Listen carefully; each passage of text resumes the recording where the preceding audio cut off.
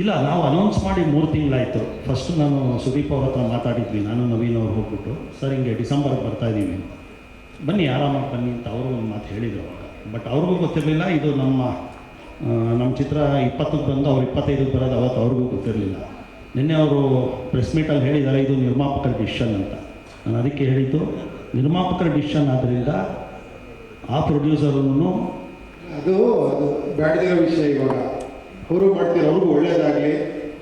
ಎರಡೂ ಪಿಕ್ಚರ್ ನೋಡಿದರೆ ಎರಡೂ ಅಟ್ ಎ ಟೈಮು ಹಿಟ್ ಆಗಿದೆ, ಸೂಪರ್ ಹಿಟ್ ಆಗಿದೆ, ಒಂದೇ ದಿನ ರಿಲೀಸ್ ಆಗಿ ಅಲ್ವಾ. ಸೊ ಆ ಥರ ನಾವು ಅವ್ರಿಗೂ ಒಂದಿದ್ದು ಏನೋ ಹಾಲಿಡೇ ಸೀಸನ್ನು ಬರ್ತಿದ್ದಾರೆ, ಅವ್ರಿಗೂ ವಿಶ್ ಮಾಡೋಣ ಒಳ್ಳೇದಾಗಲಿ ಅಂತ. ಖಂಡಿತ ಜನ ಎರಡೂ ಪಿಕ್ಚರ್ ನೋಡ್ತಾರೆ, ಇದ್ರ ಬಗ್ಗೆ ಹೀಗೆ ನಿಲ್ಸೋಣ, ಓಕೆನಾ. ವಾರ್ನರ್ ಅಂದರೆ ನೀವೇನೋ ಅನ್ಕೊಂಡಿದ್ರೆ ಇದು ವಾರ್ನರ್, ರಿಯಲ್ ವಾರ್ನರ್, ಓಕೆನಾ. ಯಾರನ್ನು ಟಾರ್ಗೆಟ್ ಇಟ್ಕೊಂಡು ಮೈಂಡ್ ಇಟ್ಕೊಂಡು ಮಾಡಿದ್ದಲ್ಲ. ಸೊ ನಾವೆಲ್ಲ ಕನ್ನಡ ಇಂಡಸ್ಟ್ರಿಯವರು ಕನ್ನಡ ಸಿನಿಮಾ ಮಾಡ್ತಿದ್ದೀವಿ, ಕನ್ನಡ ಸಿನಿಮಾ ಬೆಳೀತಾ ಇದೆ, ಬೇರೆ ಬೇರೆ ಲ್ಯಾಂಗ್ವೇಜ್ಗೆ ಹೋಗ್ತಾ ಇದೆ, ಅದಕ್ಕೆ ಹೆಮ್ಮೆ ಪಡಬೇಕು ನಾವು, ಒಬ್ರಿಗೊಬ್ರು ಸಪೋರ್ಟ್ ಮಾಡಬೇಕು ನಾವು.